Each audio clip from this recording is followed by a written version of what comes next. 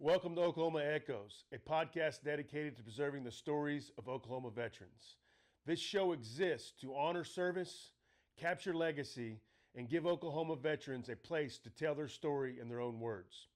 If you know a veteran who needs to be on this show, or if you're a veteran yourself, I want to hear from you. You can email me directly at reddirtveteranstories@gmail.com. If you're new to the podcast world, make sure you like, subscribe, comment, and share. It really helps the channel grow and ensures these veteran stories reach more people.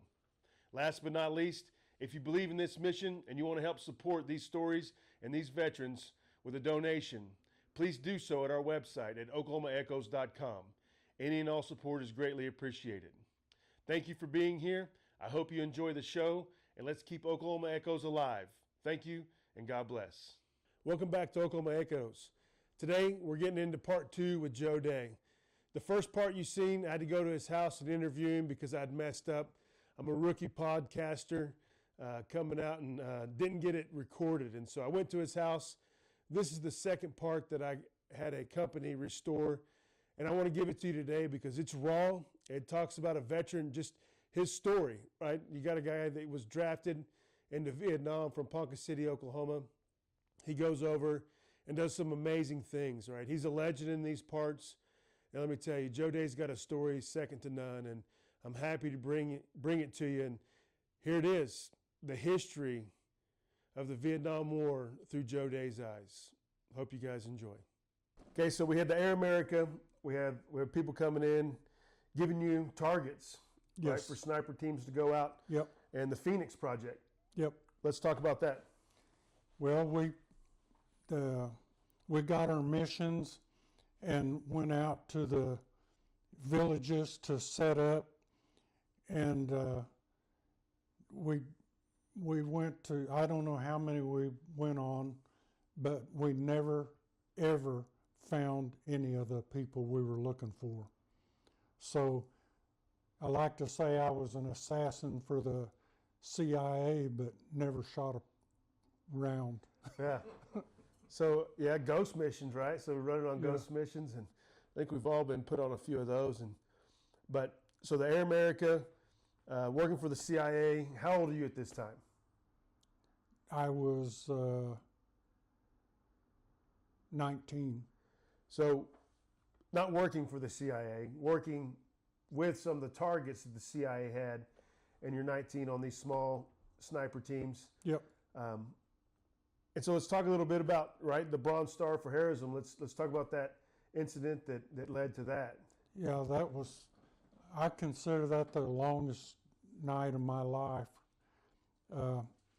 We had set up a mission. They have a thing they call duffel bags, and they're radar, and they bury these things on trails all over the place, and then whenever they get a lot of readings on these, what they call duffel bags, they would set up ambush patrols in those areas. And my team was sent out one night pretty close to the base of Nui Ba Din, the Black Virgin Mountain, and we were set up in a pagoda, which is it's like a building that's got a ceiling and it's just got beams going up and no walls. And we set up underneath this pagoda because there was a big hole where we could get down in it if we had to fight. So we put some claymore mines, spaced them out in the jungle that was all around this thing. And on the open side, there was rice paddies out there. So we set up a little farther out because we couldn't, from the hole that we had under the pagoda, we couldn't see left and right very good. So we set up out there a little farther and set it to kind of catch people coming down the trail that came to the edge of the rice paddies. And there's a village, Suidow, which was probably a couple of thousand meters from where this all was taking place. Well, about 9 o'clock in the evening, the other sniper took a shot at what he said was somebody walking on one of the rice paddies. Nobody else saw it. I didn't see it.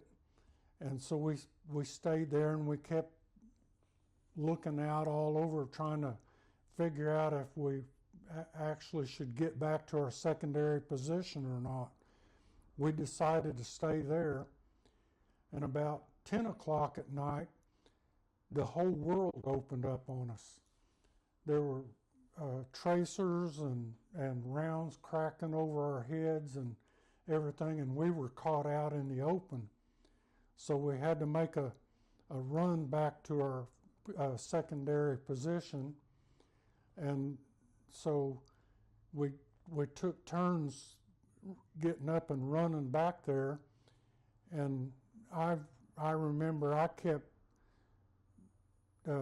firing into the enemy soldiers as they were coming toward us, and apparently they did not realize that we had starlight scopes because they were running out in the open. And anyway, I got a chance to get up and go back, and we all got into a big fighting position, and the enemy moved in around us, and this battle lasted actually all night long. And as we were calling in airstrikes, or actually air support, because it was helicopters, and we ended up with 8 light fire teams, which was probably 16 Cobra helicopters that night. We had 2 spooky gunships come on station one at a time, and these are old Goonie Bird airplanes with miniguns on one side. And we had artillery from 2 interlocking fire support bases firing 105 howitzers, and they were hitting all around us.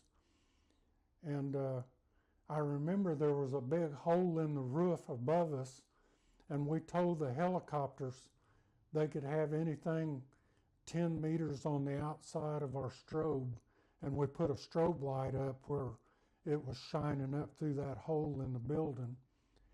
And the helicopters got so close that they blew one end of the pagoda off that we were under. And as time went on, we were running out of ammo.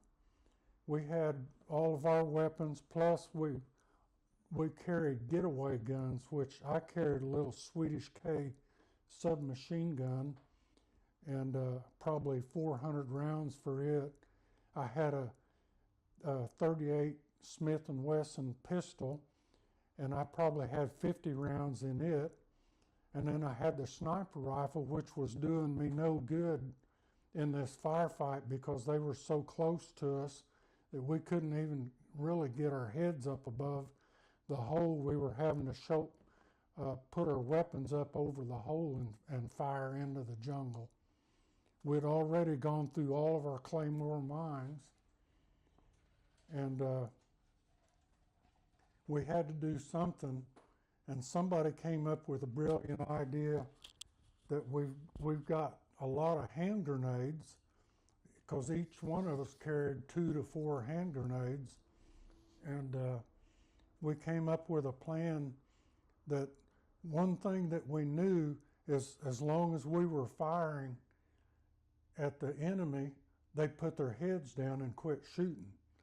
So we were going to open up, everybody firing, and then raise the weapons up a little bit and have one of our guys crawl under the weapons and carry a Claymore bag full of hand grenades out there and try to get beyond the enemy and then drop hand grenades on their positions when they opened up.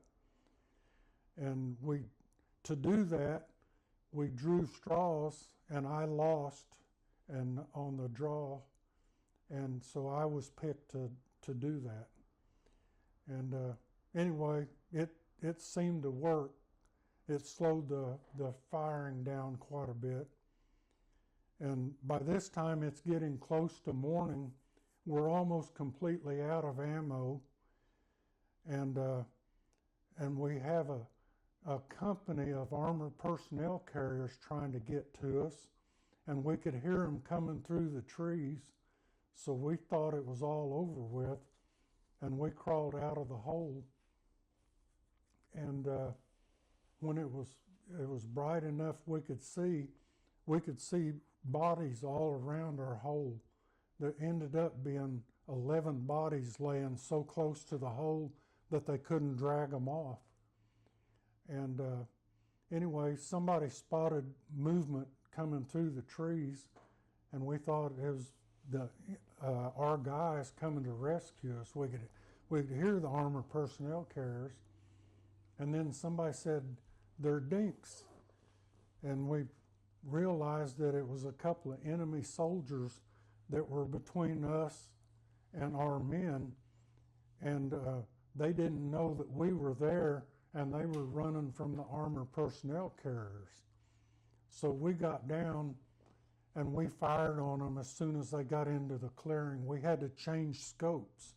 We had our starlight scopes on, so we had to put our daylight scopes on. And we just barely got that done, and then counted off 3, 2, 1, fire, and we dropped both of them right there. So that ended up being 13 bodies that we had close to the hole. And anyway, that was one of the worst nights, probably the worst night of my life.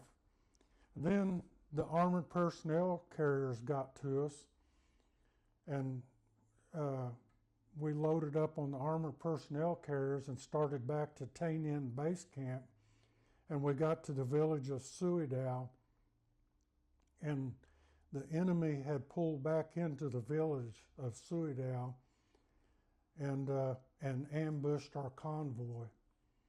And we were receiving fire from all over the place. We dove off into the water buffalo waller that was behind the armored personnel carrier, which was, the mud was a foot deep.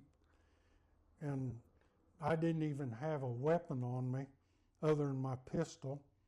And the guy that was right beside me got hit, and he flew up in the air and landed on top of us, and he was hit through the arm, and we helped him out a little bit, bandaged him up, threw him in the back of the track, and he gave me his M16 and a bandolier of ammo. And we dove over. There was a little kind of a bar ditch, and we got to the bar ditch, and we started firing over the ditch into the village and started receiving fire from behind us. You could hear the rounds cracking past your ear, and the enemy was back behind us too. So we decided to get to the other side of the road where some of our Americans had already gotten over there, and we knew there was a big bar ditch because our engineers had built that road. And so we decided to run across the road and try to get to the ditch for a little bit of cover. And I was one of the third or fourth people to run across the road. And I remember something felt like a sledgehammer hit me in the shin, and I landed face first on the pavement, and I saw my M16 sliding down the road. I jumped up, I ran over and grabbed it, dove into the ditch where the other guys were, and realized that I'd been hit. And anyway, the guys bandaged up my leg, gave me a shot of morphine. The medics got there by that time, and he gave me a shot of morphine, and that was the first time I was hit. And that ended the longest day of my life, August 21st, 1969. Wow. So you get the short straw. How far outside are you guys out of the wire at that point? So your base, how far outside are you from? We're miles from the base. This was out in the jungle. So you went out on a patrol. It was on a patrol. And so you go out, and then you get into that firefight. You get the short straw. You have to crawl with the bandolier of grenades. Yep. Right. And so this battle here, did y'all name that battle at all, or is it? We put battles, like we had Hot Cocoa, we got Halloween, so we always put battles to remember which one was which. So I was kind of curious on what you did. We were in contact every 2 or 3 days for a year. So you couldn't put a name to all of them then. No. And so wow. So but this was the most memorable. Yeah, and you get from that action, you get the Bronze Star with heroism, which is what we call the Bronze Star with V. Yeah, that's right, with the V device. And then you get hit on your way back in with the convoy. And so, wow. Yeah, that's kind of funny. It's ironic how, that makes sense when you start talking about getting contact every day and just different tactics. And so how many guys were living on the base at that time? And are you having replacements coming in? Because obviously you're losing guys. Yeah. And so how's the replacement process work at that point? Well, the only base other than the the main base was Tainin Base Camp, and it was big. It's like a city. There was 1st Cavalry Division was there, the 1st Brigade of the 25th Infantry was there, and all your aviation assets. And so most of the time, most of the home that I knew was at a fire support base, which was just a forward patrol base. And at a fire support base, there's usually a company of infantry, so a couple of hundred men, and then there's an artillery battery of 6 105 howitzers and all of the artillery people, and then you got your headquarters people and everything. And so you would get your replacements. They would be flown out in a helicopter and they'd come in there. And that's how we got our replacements. Get into the 50 cal gunner on the Black Hawk gunship. How'd that happen? I'd been online for almost 8 months, and and I just didn't feel like I was going to survive the year, and I thought that I'd heard that you could put in to be a door gunner, so I put in a request, and I waited and waited, and finally there was a aviation company that was building an experimental helicopter, and they needed somebody on an aviation 50 caliber machine gun. And I being an infantryman, they figured that I'd be the perfect person for that 50 caliber machine gun. So I got recruited to the 187th Assault Helicopter Company to be a door gunner. So you're in country. How long at this point as a straight line infantry guy or light infantry? 8 months. So you're 8 months in country. You'd already gotten wounded. Twice. Got wounded twice, been through dozens of firefights, seen a lot of different people get injured, leave. You thought you couldn't make it that year without doing a little change of mission. And so what better thing to go to be a door gunner on, right? So you get the Distinguished Flying Cross for this, obviously. Yeah. And so let's talk about that. What are you door gunning on? And the 50 cal, obviously. Yeah. Well, we were on a H model gunship, a Huey. And on the Huey, on the left side where the crew chief sits, there's a xenon spotlight, and above that xenon spotlight, there's a perimeter starlight scope. And then sitting right beside that, there's a minigun, 6,000 rounds a minute minigun. And then on the other side of the helicopter, there's a twin 60, which was two M60 machine guns hooked up on the same mount. And then there's my gun back in the door gunner's slot, and it's an aviation 50 caliber. It's a 50 caliber machine gun that fires 800 rounds a minute.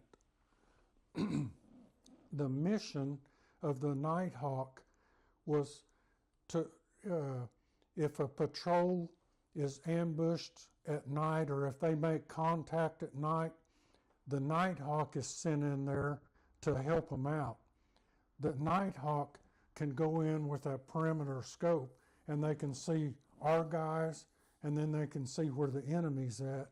And then the guy that's looking through the starlight scope, all he has to do is hit a button with his foot, and it shuts the xenon spotlight off, and the starlight off, and the xenon spotlight comes on, and the guy with the minigun is sitting right beside him, and he can put all those rounds in where the spotlight's shining. And then my gun is for if the enemy opens up on us, then they use me to take out enemy targets with it.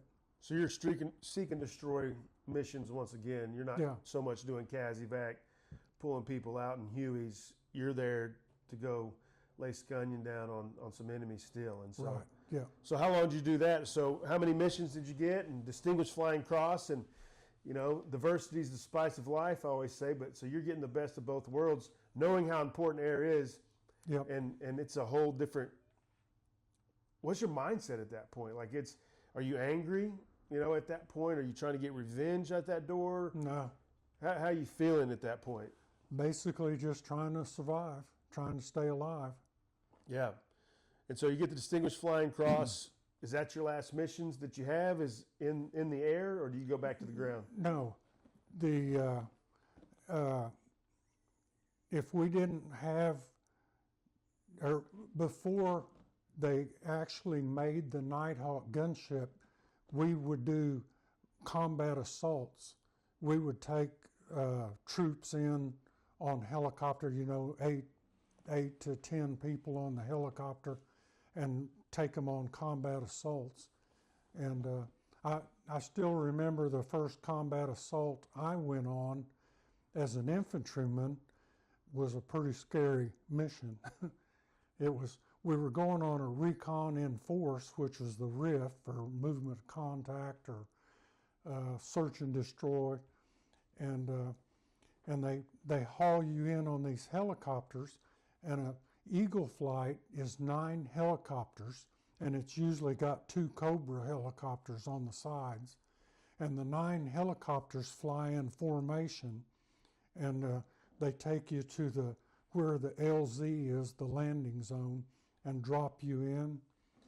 The first one I went on, I remember I was still an M60 machine gunner, and I was sitting in the doorway of the helicopter with my feet out on the skids, and we're getting close to where we're going to land, and the helicopters go out of a diamond formation into a single formation, a trail formation, and they start going in, and there's artillery hitting in the LZ as we're approaching, and then the artillery stops as we're dropping into the LZ, and all of a sudden the door gunner opens up, and the Cobra helicopters are firing, and just all kinds of noise. It's pretty scary for me because I don't know what to expect. And we go down, and the helicopter flares, and I noticed that we're over a real tall grass, and it was elephant grass, which is almost 10 feet tall. And this helicopter is hovering over this, and this gunner keeps hitting me on the shoulder and said, "Jump, jump." So I stand on the skid and I jump off, and my feet were the last thing to hit the ground. I landed right on my butt. My rucksack pulled me over. The 60 landed in my lap. My steel pod hit me in the head. And then the helicopters disappeared, and it was so quiet at that point when the helicopters disappeared. It was so quiet, there was no birds making any noise, nothing. You could hear a pin drop. And I got to looking around, and all I could see is the grass, this 10-foot grass all around me. And I thought, I'm the only one that jumped. And it scared me to death. And I heard somebody whistle. And then I heard another whistle. And I tried to whistle, and I couldn't. And everybody else had the same feeling. They all felt like they were the only ones that jumped out of that helicopter. Wow. That was my first combat assault. So now I'm in the aviation, and I'm taking people in on these. And on that helicopter, it just had an M60 on a ped mount. So that's where I became a door gunner and went on a lot of missions like this before they actually made our helicopter a Nighthawk. Wow. That's insane. Talk about jumping off in 10-foot elephant grass, and then I can imagine. Yeah. And it's under night. Yeah. And so you guys got NVGs. Well, no, this wasn't. That was a daylight. Oh, that's a day jump. Yeah. What was your technology like? Right, you're just talking about some of the night scopes and different things.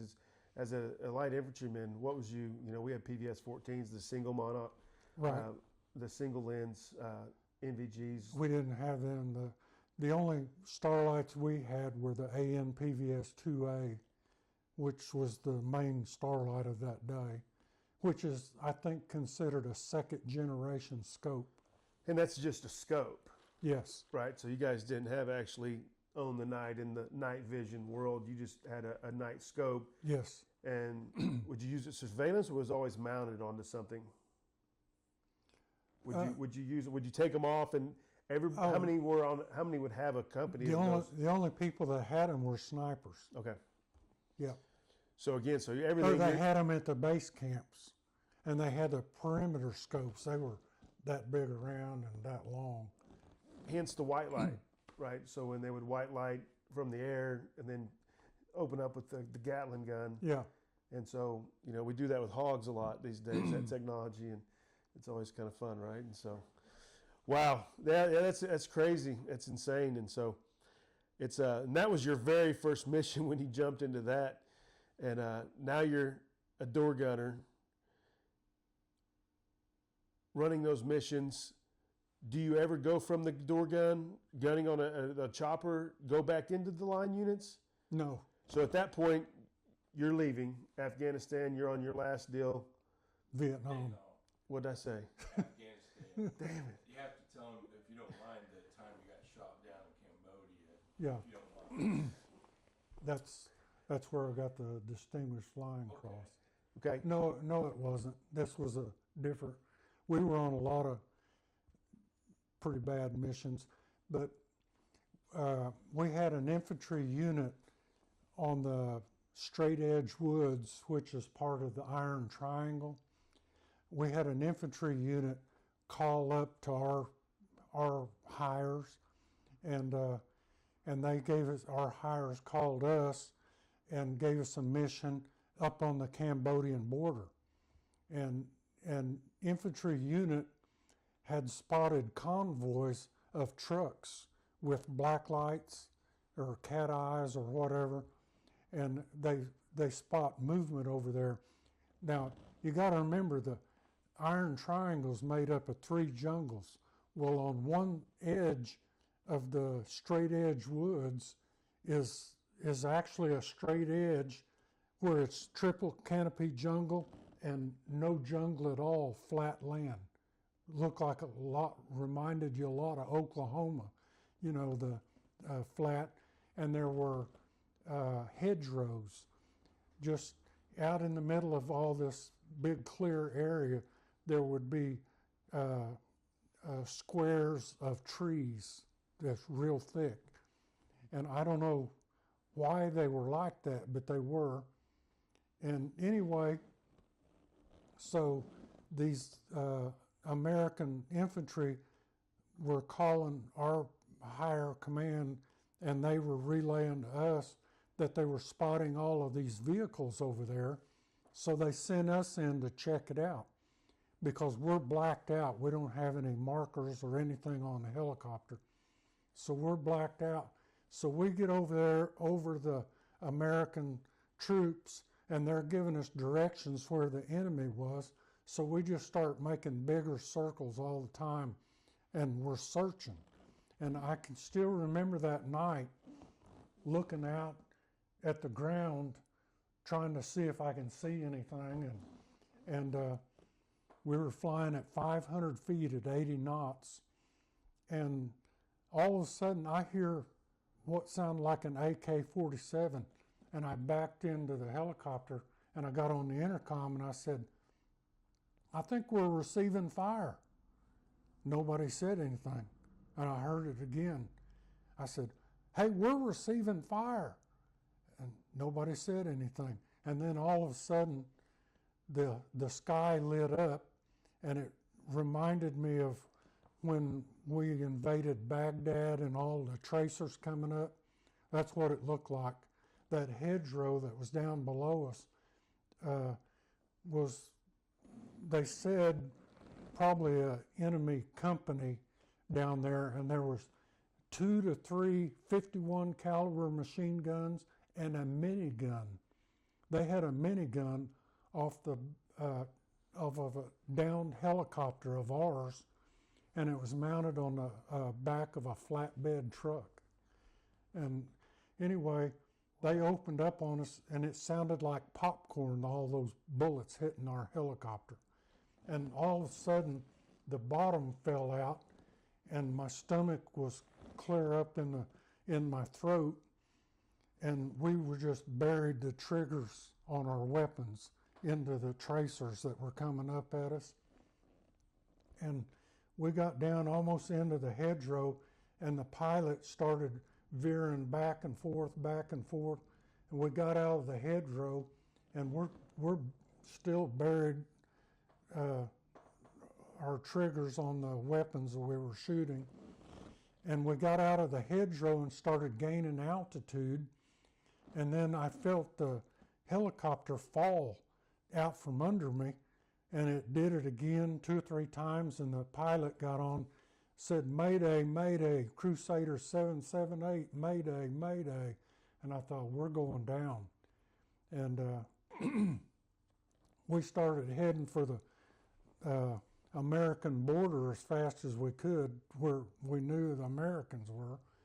And we couldn't make it. We ended up going down. The pilot said, hang on, we're hitting. And a helicopter can auto-rotate. A lot of people don't know what that is, but you cut the main rotor loose from the engine and put a lot of pitch in the blades, and it's almost like a helicopter. And it's, you got to keep 60 knots of forward airspeed or the helicopter will spin. So we were heading for the ground pretty fast. And we hit the ground, and it's dark and you can't see very good, and we hit the ground and we hit a berm that the pilot couldn't see because it was dark. We hit a berm, we flipped up in the air and started flipping end over end, and there was a fire, and we ended up landing finally on the side, and the fire just burned out. It went out as quick as it started. So I remember everybody hollering and screaming, getting out of the helicopter, and we got out, got away from it. I thought it was going to blow up, and we ended up getting our weapons, and the ones we could carry, like we had M60 machine guns that we'd stripped down. We called them free 60s, and you ever do that? Yeah. And anyway, we got away from the helicopter a little ways and decided it wasn't going to blow up. And the pilots got on the radio and started contacting the Americans that were on the ground. But we were in a strange situation. We couldn't contact them. We had to contact our higher command, and they had to contact their hires, and they contacted them. So that's how we communicated. And anyway, they knew we were down.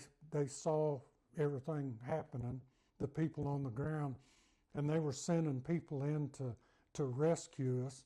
And then we started heading toward them, and we got to a certain point, and the pilot was talking to them, and said that he was going to pop a star cluster so they could identify our position, red star cluster, green star cluster. And I had a lot more experience as an infantryman, and I said, oh, wait a minute. I said, there's only 5 of us, and there's a whole company of them. Let them pop a star cluster, and we'll identify them. And they agreed, and we did, and that's how we got back together. Yeah, definitely probably saved lives, not giving away your position when you're that outgunned. And Yep. So where were you guys at when you went down? How many times did you go down? 3. 3 times. Yeah. And that was the craziest. Yeah. Right. But hell of a pilot, right? So they could kick the main rudder and then kind of Out of rotate. Out of rotate, and so Yeah. it would just kind of glide. Yeah, You'd but almost become a gliding. you're still going tank. 70 mile an hour. And the reason you do is because when you're out of rotating, you cut the main rotor loose, you lose your tail rotor. And the tail rotor is what keeps that helicopter from spinning with the main rotor. So Wow. that's... So you always hear what, how stud the pilots were in Vietnam. They got a lot of experience, and it's really cool to hear you talk about some of the tactics that, that was instilled in me, because, I go in 98 in basic training, so we're still learning and doing and training Vietnam era warfare. It wasn't until like 2000 that we started seeing some of the mountain urban warfare and changing our tactics. 'Cause Right. before, we used to go in the woods. We'd set up a perimeter and just run patrols all day was kind of how we trained. Yep. And then our training completely changed when we got away from the Vietnam era training, and obviously we haven't went back there in a while. And so it's really interesting and cool to hear you talk about the things that, just your battle SOP Yep. that you're talking about as far as lifting and shifting, doing things and moving in on the enemy, and that's the stuff that they would train us. And so to hear that and see and know where it's learned from. Yep. I mean, that's why we knew that was the SOP came from Vietnam. And so that's awesome, and I appreciate you sharing that, because it really does put a different perspective to me when you start talking about those things. And so shot down 3 times, made it back every time. How long was those hikes, right? Where are you getting shot down at? Obviously some of these you're getting. The 2 of them, we didn't have to go anywhere. We were close enough to Americans that we didn't have to go anywhere. But that particular time, we had to, it probably wasn't a couple of clicks that we had to walk. It was pretty close. Right. Tell him, where they sent you right after they pulled you out of Vietnam in the heat?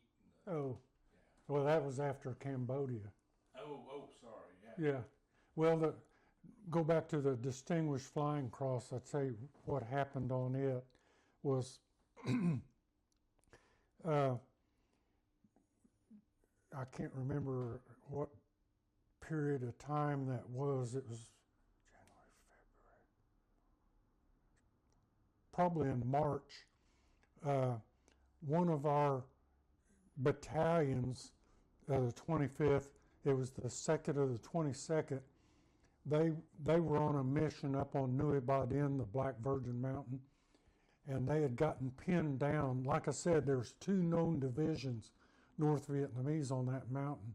They had a lot of 51 caliber machine guns and all kinds of things up there, artillery and mortars.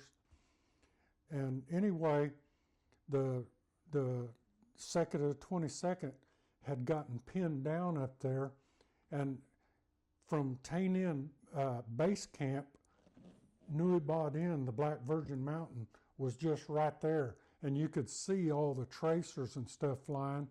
So we knew that for a couple of days that they'd been in heavy contact, and they were running out of food, water, ammunition, medical supplies, and everything, and they tried resupplying them 2 or 3 times, and helicopters were shot down. I forgot how many helicopters ended up getting shot down over this particular operation. But they decided, why don't we try resupplying at night? And we were the only ones that had experience flying at night. So they asked us if we would volunteer, and we, of course, all volunteered to do it. And so what they did, they got 2 of the guys from that company to be on the helicopter with us.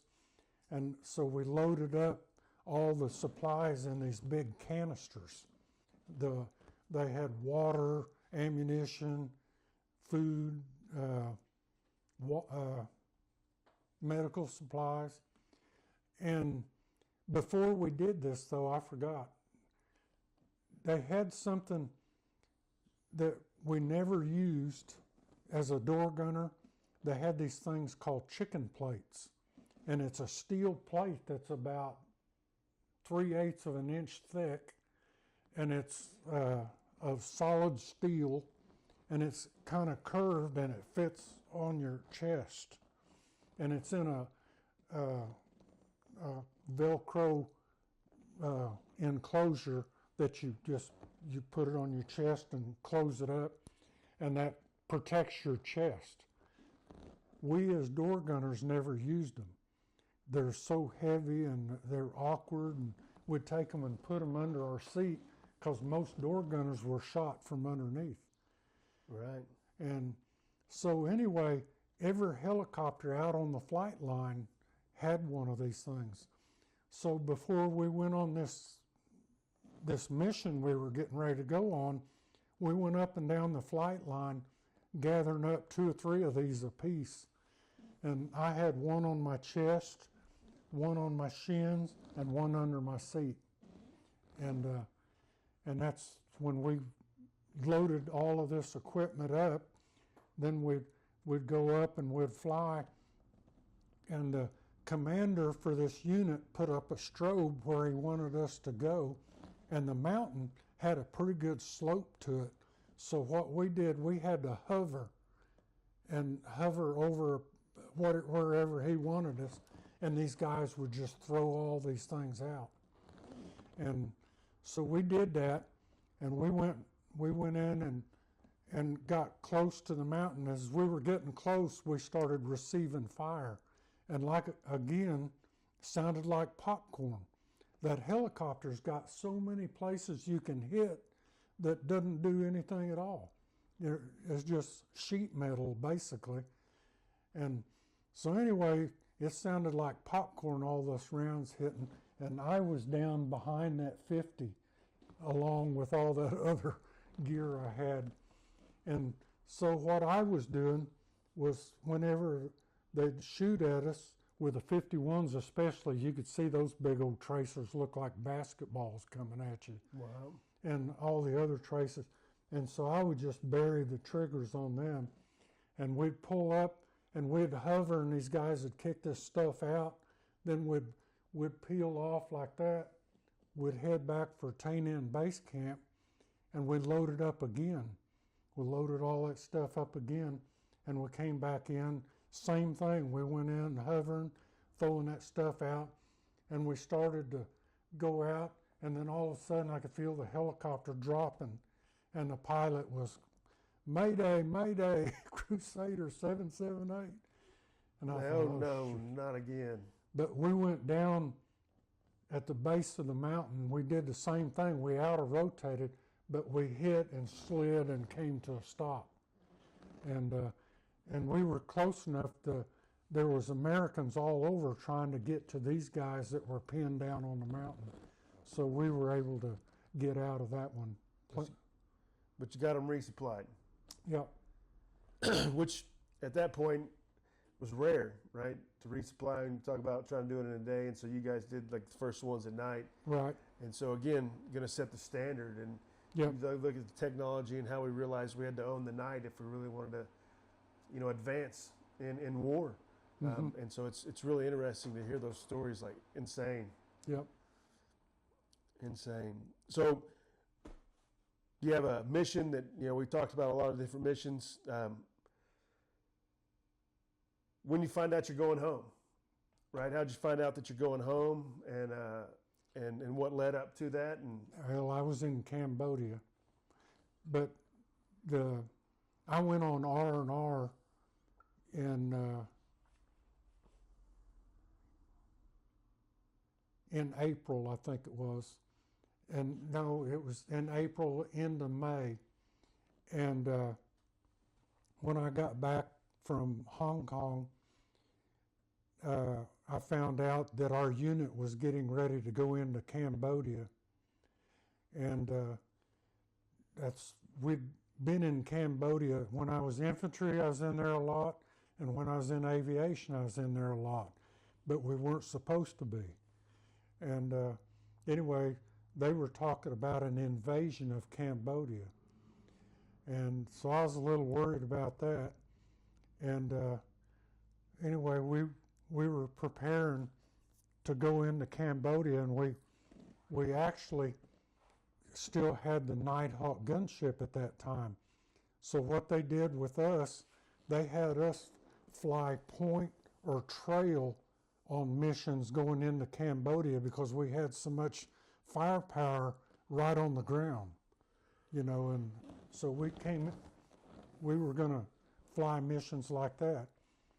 And so what they did, they took us on the day of the basic invasion of Cambodia, they took us up to a place called Khartoum, which was a special forces camp right on the Cambodian border. And they had a place big enough for us to land 9 helicopters in there. And so we had all the infantry guys, and we sat down there, and we were waiting, and there was a battery of 155 howitzers firing into Cambodia where we were going to go. And they kept talking about they were going to drop 2 daisy cutters in there because we were going to land in a triple canopy jungle. And I couldn't figure out how we're going to land in a triple canopy jungle. And they said, you'll be able to with these daisy cutters. And a daisy cutter is a 15,000-pound bomb that goes off at treetop level. And it doesn't have shrapnel, it just concussion blows all the trees out of the area. And it's called a fuel air explosive, an FAE. I think they used them over in Afghanistan, maybe Iraq, but they were called FAEs at that time. Yeah, we didn't have a lot of trees where I was at, so it was pretty desert everywhere, and so it was never had a canopy. But yeah, that daisy chain, and so they would take and just 15,000 pounds, and so they put 3 of them together to land the 9 planes or choppers. Yeah, there are 2 of them. Put 2 of them together, and then they blow it out. Yeah. And then you finally figured out how you're going to land in a triple canopy. Yes, and I remember the first plane flying over, and I don't remember what kind of plane it was, but the first plane that flew over went, and after it went to where you couldn't hear it anymore, we were standing around down there on the ground, and all of a sudden there was a ka-hoom, and it was like something hit you in the chest, the concussion at 5 miles away. Wow. And the jungle turned white with all the pollen and stuff on the trees and stuff falling down in the dirt and the dust. It was like fog where we were. Wow. And- What did they drop them out? What did they drop them out of fast movers or? No, they Fixed wing? they were like a C-130 type planes, like a Caribou or a C-130. And so they drop them out pretty high up, and then they would just Right. have a long strand of them. When they got close, they'd self-detonate on probably a timer. Yeah, it was Is the set to timer- go off at a certain altitude. Okay. And anyway, Wow. then another plane went over and they dropped, and by then they had us loading up and cranking up.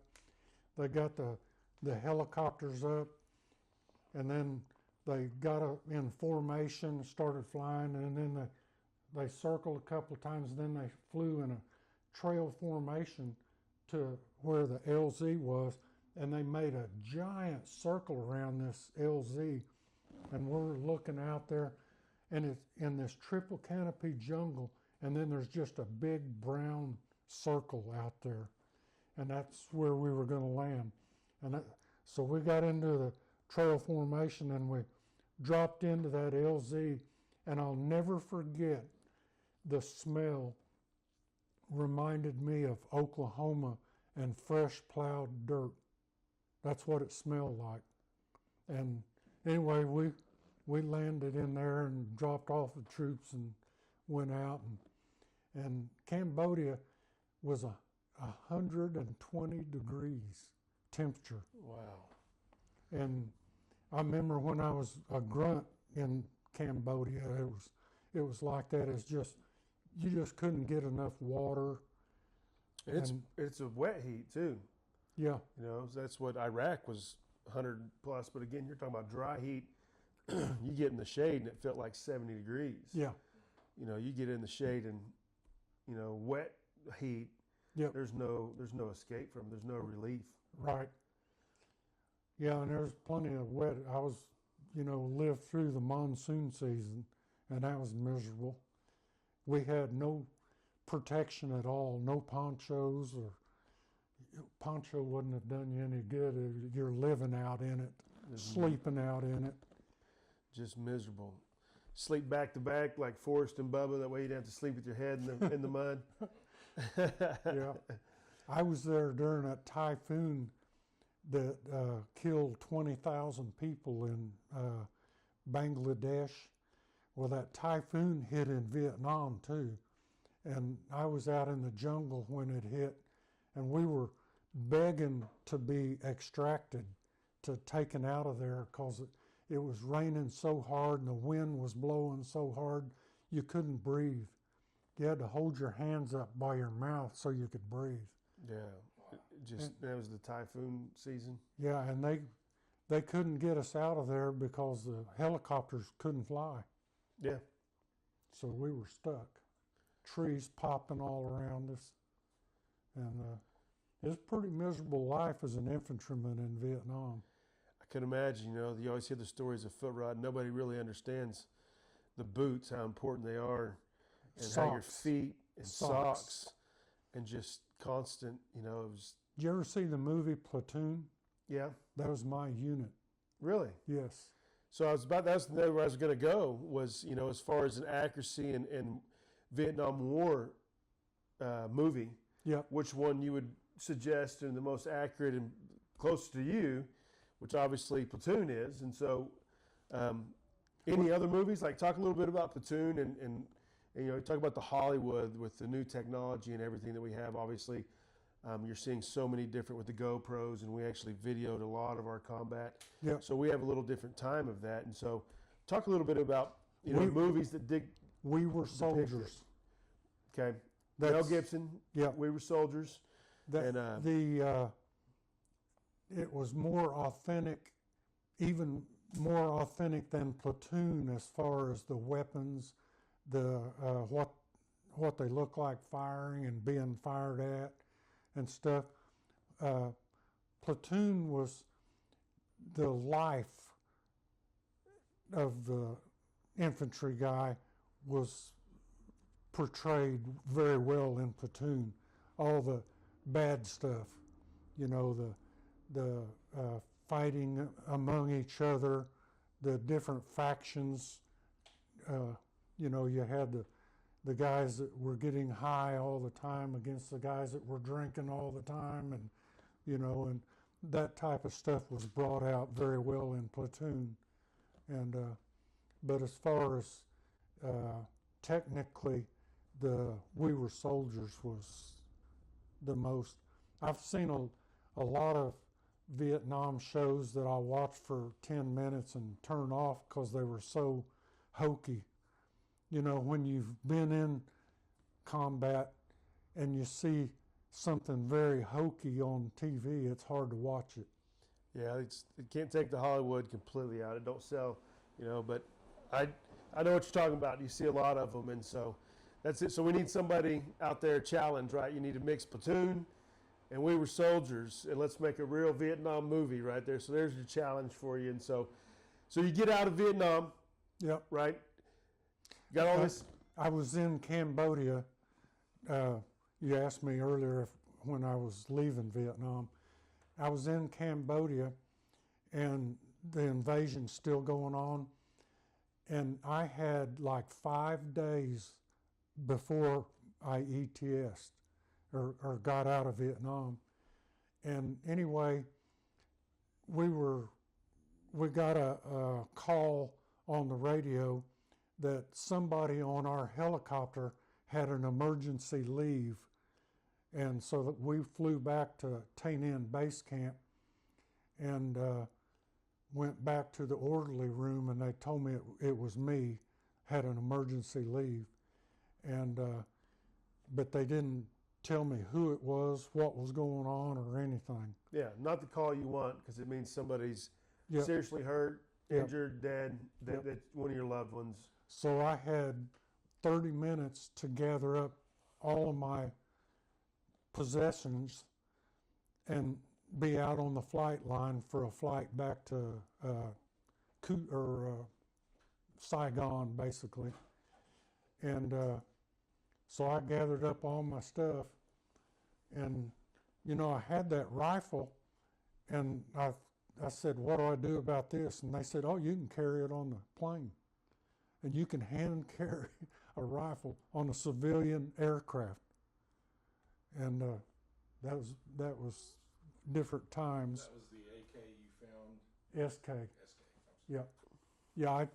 I took an SK out of a ammo cache in Cambodia, and I still got it. Yeah. And Yeah, I got this one from Afghanistan out of a weapons cache, an old 1856 oh my gosh. British Enfield that was Wow. in the weapons cache in Afghanistan. I got it from an EOD guy there at Metalam, and so That's awesome. it was over 100 years old. So I did the paperwork and got it back, but that's I didn't carry that back on the plane, but I boxed it up and mailed it. I was running around trying to get it, and so it's 2 minutes left on the battery. okay. So let's take a quick break then, and then we'll come back on that. And Okay. good looking out, Zach.